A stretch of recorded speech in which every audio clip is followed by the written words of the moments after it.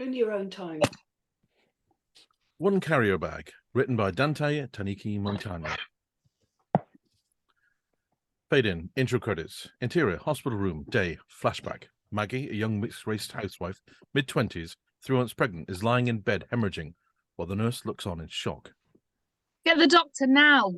Without replying, the nurse flees the room to find a doctor as blood pools on the floor. Maggie can see a white tunnel with beautiful colours and hears her grandmother laugh as she tells her it's not her time. Cut to interior, hospital room, day. 4 years later, flashback. Maggie is giving birth to a boy as her husband, Matteo, mid-20s, curly hair and athletic, looks on in awe. The midwife gives Maggie gas as she's encouraging her to push. Maggie lets out a cry and the top of the baby's head appears. A tear runs down Matteo's cheek, but he stands firm. Maggie screams and the whole head pops out with the baby holding his right hand to his cheek like a boxer. Fuck me, he's going to be a boxer. Cut to exterior, outside restaurant in Kensington, night, flashback. Matteo is standing outside a restaurant where he's just eaten with a small group of friends. Late at night, when a young blonde boy about 6 wearing just light blue underwear suddenly appears out of nowhere on the opposite corner. He stops for a second as everyone sees him. He is feral. He looks around and then runs off. Surreal. Interior, kitchen of B&B in Victoria, day, circa 2010 and present day. Matteo, a tough, no-nonsense, middle-aged martial arts fanatic, hands over the keys of his B&B to its new owners. A group of Indian men peruse the new kitchen. They are underwhelmed. What the fuck am I going to do now? Cut to exterior, Jomo Kenyatta Airport, day. Matteo hails a cab and looks out of the window looking at giraffes and people. While driving to his destination, he breathes a sigh of relief. The cab pulls up 45 minutes later at a house in the Ngong suburb of Nairobi. As Matteo alights, the cab driver helps and unloads. The cab driver helps unload the luggage and two Maasai from the house pick it up and take it to the house as Matteo follows them. Interior, Ngong house, day. Pikey, 50s Dubliner, medium height, slim but with a bobble belly, wrinkly face and dyed thinning black hair, greets Matteo, one of his oldest friends. Welcome back to your African home, Matteo. How long does Mother Kenya have you? 1 short month, Pikey. 1 short month. Asante san. Interior, kitchen at home, day. 1 month later. Babes, how do you feel about fostering? Maggie, a mixed-race middle-aged mother of 4 grown-up children with a passion for ballroom dancing and anything to do with family, looks at Matteo while she ponders. Well, you'd have to be the main carer because of my job. Okay, I'll find out how to do it. Get the ball rolling then. Do you mind if it's a boy or a girl, young or teenage? Any preferences, huh? I'd prefer a younger child. Boy or girl, doesn't matter. Got it. Cut to montage depicting a year passing. Matteo drifts into a world of relaxation. He gets up whenever he feels like it, playing chess on his computer from morning until night. He does just enough sport to keep fit. Matteo feels rejuvenated, bored. Cut to interior kitchen, day. Matteo is making tea for Maggie and himself, handing her a cup. Babes, remember ages ago we talked about fostering? Yes? I feel ready now. That rest has done me some good. You earned that rest, darling. You worked hard for years. Just remember, I'm working, so you'll have to do most of the work. Yeah, I know. I can manage. Let's do it then. I'll get on it straight away. Cut to interior, dojo, night. Matteo is teaching his students martial arts. They stretch and do various warm-up exercises. He demonstrates a judo throw, then some aikido, self-defense against a knife attack. To lighten the mood, Matteo tells a joke. Mike walks into a pub and says, "There's a bartender here?" A solitary student laughs, while the others look bemused. Matteo smiles. Interior, bedroom, morning. Montage showing Matteo daydreaming about all his triumphs and failures in life. Cut to flashback, filming a documentary about Maasai people in Kenya, ringing his editor to see if he's finished, only to hear yet another excuse. Getting summonized by the taxman for bankruptcy proceedings, sitting in hospital on a drip watching TV, coming home to a freezing house with no roof or hot water. Interior, bedroom, day. As Matteo sits up in bed perusing fostering application papers, he feels like life has smashed his creative passion. He feels cynical and angry at being reduced to being a lowly foster parent, and he may not even be accepted by social services. Matteo reminisces about how his own parents, who are both deceased, brought him up. Cut 2. Montage. Sequence of Matteo's childhood. Being scolded by his father as a very young boy. Watching his mother and father arguing in the same room. Seeing his dad covered in paint wearing a plastic band on his head, held there by a rubber band while painting a room. Seeing his dad serve breakfast in the B&B they used to live in as his mum took him to school. The pain of losing them both to cancer. Matteo's father lying flat in bed, too weak to sit up, jaundiced, and listening to Vangelis. He looks like a skeleton. His mother lying critically ill in bed, yet still angry and hostile towards him. Matteo imagines a child screaming, being forcibly removed from his parents. He recalls leaving for boarding school as a young boy and missing his family. Looking down at the fostering application papers on his bed, he knew in that moment he could foster. Cut 2. Interior, Kensington Town Hall, day. Matteo is sitting down all by himself in a huge waiting room, illuminated with natural light and oversized eye ceilings. He is wondering what awaits him in the room next door with the fostering approval panel. The black receptionist, dressed primly in skirt suit, informs Matteo that the panel are ready and ushers him in. The room is rectangular with a makeshift table set up in the middle with about 20 assorted people sitting down around it.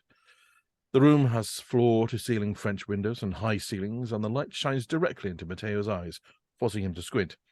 Everybody is looking at him, and a smartly dressed woman in her early 60s directly in front of him smiles and starts talking. Let's start with introductions. One by one, the entire room make a brief introduction, explaining their retrospective roles, until it is time for Matteo to introduce himself. After introductions, various questions are asked of Matteo as to why he wants to foster and what his background is. He recounts his background and answers every question asked of him. Cut 2. Matteo, tell us about your hobbies. Well, when I was 7 years old, my best friend at school, Adrian, taught me how to play chess while sitting in the playground one day. I learned instantly how to play that day and never forgot. I went on to captain my school's chess team in later years and I've continued to play to this day. I also started martial arts when I was 16. I started with Aikido and went to live in Japan to get my black belt when I was 22 in Osaka. I started boxing when I was 18, judo when I was 19. And at the age of 40, I started Brazilian Jiu-Jitsu. And again, I've never stopped training. I truly believe that it's important for a young person to direct his energies positively from an early age, but also have a balance between the physical, academia, and creativity. I'd like to thank Matteo for coming today and helping with his assessment, and we will be contacting you with our decision by mail by the end of next month. That concludes business for today. Thank you, Matteo. I'd like to thank everyone here today and just like to add one further thing. If you do approve me as a foster parent, I believe that I can make a difference to a child's life. I've been to Kenya to do charity work and I've seen terrible poverty, and I love children in my family and I want to help as much as I can. Thank you. Goodbye. Cut 2. Interior living room, home, day. 6 months later. Matteo and Maggie have a full house, 4 grown-up children, 3 grandchildren, and various boyfriends and a girlfriend, all waiting noisily for the arrival of the new foster boy, Dempster, a 9-year-old from London. He's late, and the tension and excitement are becoming unbearable. Everyone is wondering what he'll be like. Cut 2. Fantasy montage. Tall, clip of gangly, toothy, spotty child towering over everyone. Short, clips of tiny, cheeky child looking up, grinning with his hands in his pockets. Fat clip of porky boy eating crisps. Skinny clip of skinny boy eating crisps. Shy clip of worried boy looking meek and vulnerable, twiddling with his hair. Tough clip of loud, brash monster with no fear, talking too much. Ugly clip of cross-eyed, buck-toothed, pig ugly dopey kid tripping over a suitcase. Cut 2. Exterior family home, day. A car pulls up and parks outside the house. The driver, black in his 40s, and middle-aged, white, fat lady get out. Then a boy, Dempster. The doorbell rings. A chorus of children scream, "He's here! He's here!" Matteo and his whole family rush to the door in a stampede, and as Matteo opens the door, the fat lady walks in, followed by Dempster, who is holding one carrier bag containing all his worldly possessions. He looks small and scruffy. He sees the family dog, Joja. Wow, I love dogs. What's his name? Her name, she's called Joja. Hi, Joja. Have you got any cats? Yeah, we have a very old cat called Aggie. Yeah, about 15-year-olds, I think. Can I see her? I'll find her after we settle you in. Matteo leads Dempster upstairs to his room. This is your room, Dempster. And this is for you. Matteo hands Dempster a small present wrapped up. Welcome to the Montagnani family. Wow, what is it? It's a present for you. Open it. Cool, a car. Drag it backwards over the floor, and it goes forwards. Over the coming weeks, Matteo adjusts to working again, and Dempster reveals some unusual characteristics. Cut 2. Montage. Alarm clock ringing as Maggie shakes Matteo from a deep slumber. Dropping contact lenses in the sink, yawning. Driving in car to school with Dempster in back negotiating what radio music they should listen to as Matteo yawns. Dempster sitting at kitchen table while Matteo butters toast, yawning. Matteo holding Dempster's relatively small hand, walking him to school gates. Matteo playing dad as Dempster confides in him. Cut 2. Interior, Dempster's school, day. It's lunch break, and Dempster is eating lunch, talking to some of his classmates. He smiles as he spots a girl he has a crush on, a tall, beautiful Somali girl called Sana. She smiles back. He asks some of his mates if they fancy a game of football in the playground, and they agree, so they rush their food and hurriedly put their plates away afterwards. As the boys run down the stairs with Dempster leading to the playground, he accidentally bumps into a big, tall, fat Somali boy who is with a friend. The Somali boy is angry and pushes Dempster into the wall. Dempster is on a hype and retaliates by kicking the boy on the leg, just as a teacher appears from nowhere. You two boys, office, now. Matteo receives a text message from the school saying that Dempster has 1 hour detention after school for fighting. He has to wait in the school main reception area for Dempster. Eventually, Dempster and the other boy appear. Best of mates. What happened, Geezer? I got detention. Yeah, I know that, Dopey. I mean, why did you get detention? Fighting. But it wasn't my fault. He started it. What did you do then? I kicked him on the leg. Why? Because he pushed me. Why did he push you? Because I bumped into him. And why did you bump into him? He was in my way. It was an accident. Okay, we're nearly there. What were you doing? Well, I was running down the stairs. Where to? The playground. So you were in a hurry. Yes. To do what? We were going to go and play football. Now, who's we? Abdul and Thomas. Okay, I understand what happened now, but you were just a bit excited to play football. Not the end of the world. Just calm down a bit, Geezer. Let's go home. I'm hungry. Me too, Grandad. Okay, And that's the end of the section. Yeah. perfect. Thank you. Okay, who'd like to start off with some feedback? Let's go back to the beginning. Oh, John's got his hand up. Go for it. Way too much description and too little script. Okay. Sorry, that's it. Okay, cool. Thank you. Ian. Oh, just very, very confusing. I didn't get it at all. There was so much jumping around. The first 3 pages, I thought we could have done without them whatsoever at all. I didn't see any connection to that first 3 pages in relation to a fostering story, which it would appear to be. I didn't see any connection there. The dojo scene didn't make any sense. What was that about? It didn't have any relevance. I couldn't see the relevance on that. So very confusing. Some of the language, I didn't like the language. You know, the descriptions of people, you know, characters and stuff. I didn't like that at all. Formatting was off. You know, the font size jumped around a bit at the beginning. Just, you know, a bit of a mess, really. I'm afraid to say. Okay. I mean, you can't use terms like fat lady. No. You just can't. No. You have to use well built or something like that. You can't fat shame. It doesn't even need to be there at all. It's got no relevance to the character. I mean, No. Okay, thank you. Racheal. Yeah, originally I was like, oh, this is a nice sort of snappy opener. We've got a birth. Well, no, it's a hemorrhaging, isn't it? But yeah, having now read through the whole thing, I'm not sure if it's important or not. maybe it becomes important later, but so far I think, yeah, you maybe don't need that bit.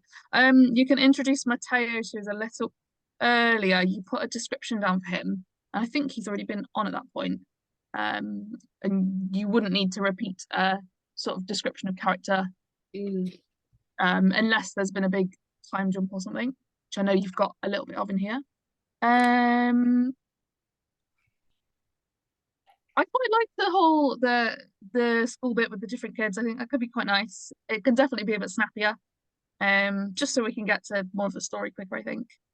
And just there's a bit near the end when Dempster asks about football.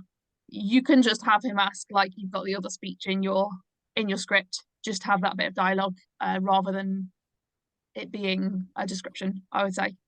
It'll save you some space and time. I think it's got potential. Yeah, the fostering story can be really interesting and nice, I think. Yeah, I'd like to see where it goes. I'd probably have a little sneaky read of the rest in my own time, if that's okay. Thank you. Emma.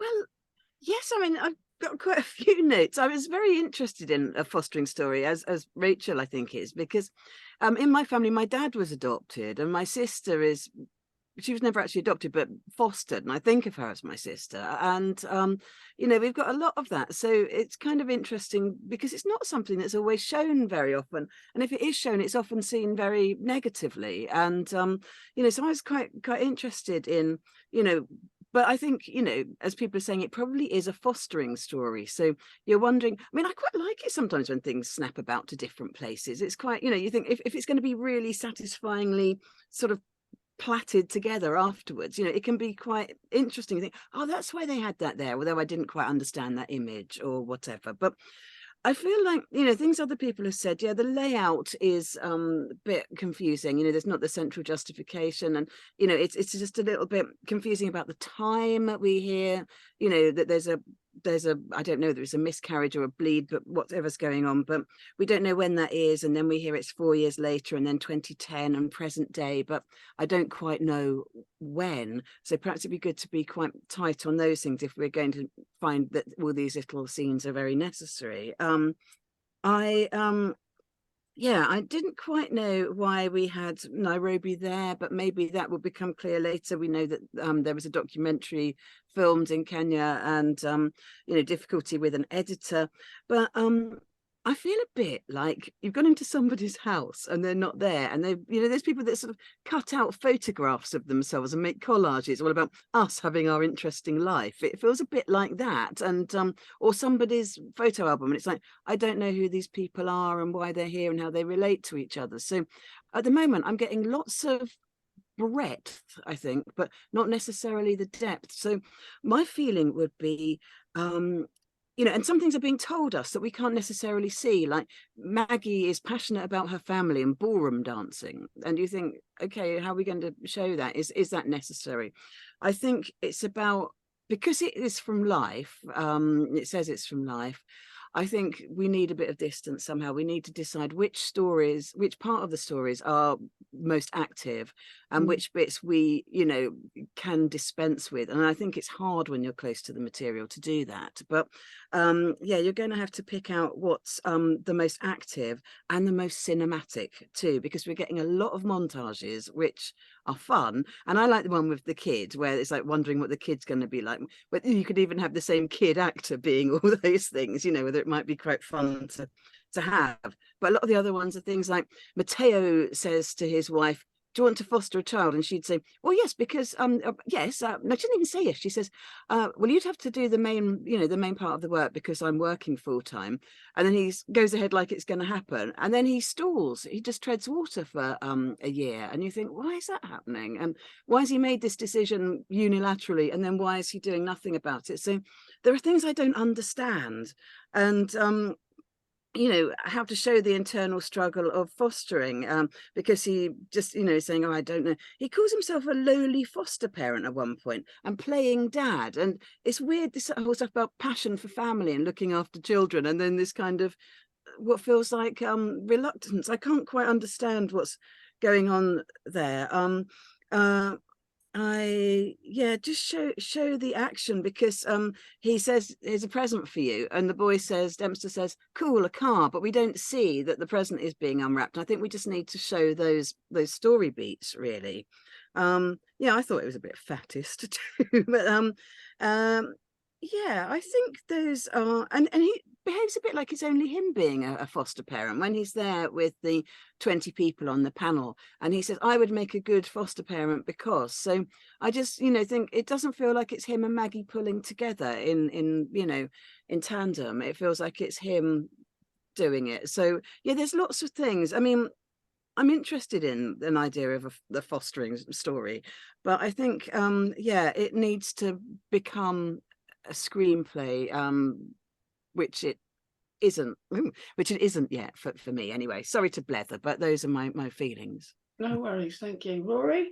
I think it's as I said earlier on, I've got history with this script because Dante came to me with it some years ago, and I think it's a sketchbook at the moment.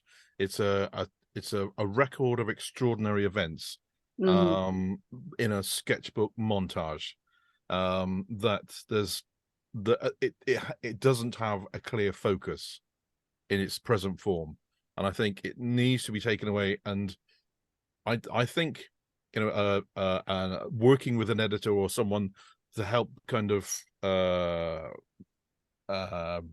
guide the way of kind of finding exactly what the story is all about and what it wants to focus on, because we've got whole important scenes that are done as a montage, and there's kind of drama in those scenes that we don't get to see at the moment, but then we have these great sections of dialogue which could be covered by only a couple of lines or looks at times.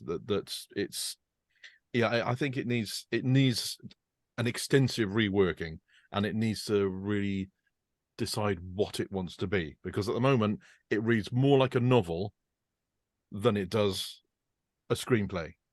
And I think that some serious re-examination of the material. I mean, there's some great bits in it, and there's great imagery, but it's like the volume gets turned down on important bits and turned up on other bits that we don't necessarily need to see or hear. And I think that it needs an extensive and serious refocus to work out what it wants to be and why. That's interesting you should say that, because I mean, this was cold, we were cold reading it for me. I hadn't looked at it beyond looking to see who the characters were, and I got that there was a lot of action where people's thoughts and how they felt and even dialogue indicated somebody talks to so-and-so, and you think, okay, we're not going to see that played out. I mean, you can't actually do that in a script. That's not how scripts work. I mean, that's just it. That's not how scripts work. My note that I've put here is less is more, basically. Keep it as brief as possible. And like Rory said, focus on the really important stuff. And what else did I write? I put a lot of formatting issues. Formatting is easy to resolve. There's lots of stuff on the internet about formatting. The cut-tos, you don't really need them at all. I mean, I know if you go back and look at William Goldman scripts, they've got cut-to in them.